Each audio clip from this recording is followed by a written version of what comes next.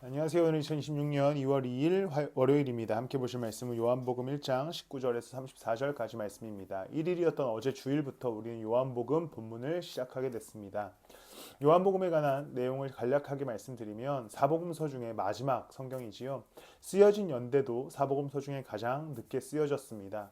앞에 세 권의 성경 마태, 마가, 누가복음을 우리는 공관복음서라고 이야기하여서 같은 관점으로 마가복음을 시작으로 같은 관점 속에서 세 개의 성경이 쓰였다라고 이야기해서 그들을 공관복음서다라고 얘기합니다.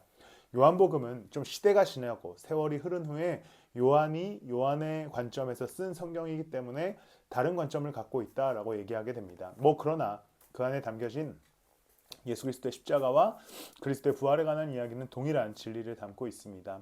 그런데 시대가 한 세대가 흐르고 나서 요한이 말년에 이 요한복음을 쓰다 보니까 당시에 어떠한 문제가 있었냐면 첫 번째 믿음의 세대들이 많이 세상을 떠나게 되고 두 번째 세대 혹은 1.5 세대들이 소아시아 교회들에 남아 있었습니다.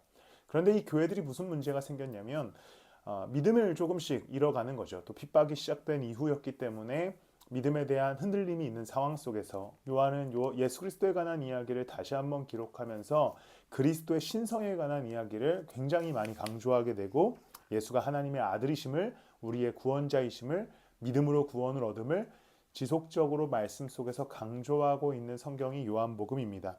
그래서 그리스도의 능력에 관한 또 그리스도의 표적에 관한 이야기들도 많이 기록되어 있습니다. 우리가 어제 함께 말씀을 보진 않았지만 1장 1절부터 보면 태초에 말씀이 계셨다. 그 말씀은 하나님과 함께 계셨다. 그 말씀은 하나님이셨다. 그는 태초에 하나님과 함께 계셨다. 하나님이신 예수 그리스도가 태초부터 계셨고 그가 이 땅 가운데 오셨음에 대한 선언으로 요한복음을 시작하게 되고요. 12절에 보면 그러나 그를 맞아들인 사람들 곧 그 이름을 믿는 사람들에게는 하나님의 자녀가 되는 특권을 주셨다라고 말씀하면서 결국 그리스도의 자녀들은 하나님을 믿는 자들은 자녀됨의 특권을 얻게 된다. 믿음을 잃어가는 세대 가운데 이제 우리가 믿음으로 그분의 자녀됨의 특권을 회복하자라고 하는 이야기를 하는 장면으로서 요한복음 1장이 시작됩니다. 그리고 나서 19절부터는 침례 요한 혹은 세례 요한이 등장하게 되는데요. 이 요한의 입술을 통해서도 그리스도에 관하여서 고백되는데 29절에 보면요. 다음날 요한은 예수께서 자기에게 오시는 것을 보고 말하였다. 보시오 세상 죄를 지고 가는 하나님의 어린 양입니다.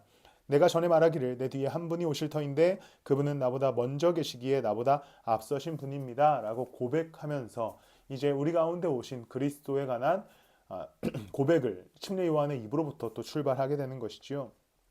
우리가 이제 이 사순의 기간, 사순 아직 2주 정도 남았지만 부활절까지 요한복음에 대해 살펴보면서 그 그리스도에 관한 묵상, 우리를 위해 이 땅 가운데 오신 하나님, 우리의 죄를 짊어지고 십자가에 오르신 그리스도에 관한 묵상을 통하여서 우리의 삶도 신앙도 다시 한번 그리스도의 이름으로 회복되어지는 시간이 됐으면 좋겠습니다. 기도하겠습니다. 하나님 감사합니다. 주님께서 우리 가운데 육신으로 오셔서 하나님의 아들로서 우리를 구원하여 주셨고 그를 믿는 자들에게 하나님의 자녀가 되는 특권을 주셨으니 이루 말할 수 없는 은혜가 우리 가운데 있음을 고백합니다. 한 해를 또 한 달을 살아가면서 그 믿음과 고백으로 살아가게 하시고 우리 안에 기쁨이 회복되게 하여 주시옵소서. 감사드리며 예수님의 이름으로 기도드렸습니다. 아멘.